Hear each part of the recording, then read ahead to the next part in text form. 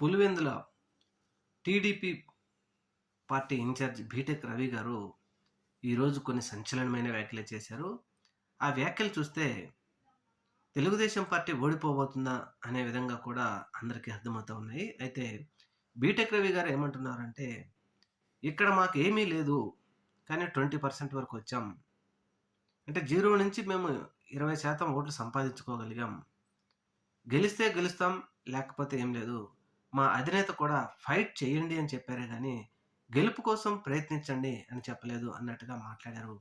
ఇప్పుడు చాలామంది అనుకుంటున్నది ఏంటి అంటే, తెలుగుదేశం పార్టీ అభిమానులుగా మనల్ని ముందు పెట్టి, ఇక్కడ మన చేత దాడులు చేయిస్తా ఉంటే, రేపటి రోజున అధికారం మారినప్పుడు లోకేష్ లోకేష్ గారు గానీ, లేకపోతే బీటెక్ రవి గారు గానీ, చంద్రబాబు నాయుడు గారు గానీ పక్కకు తప్పుకుంటే, లోకల్‌లో ఉన్నటువంటి మన మీద కదా వీళ్ళు కక్షలు తీర్చుకునేది.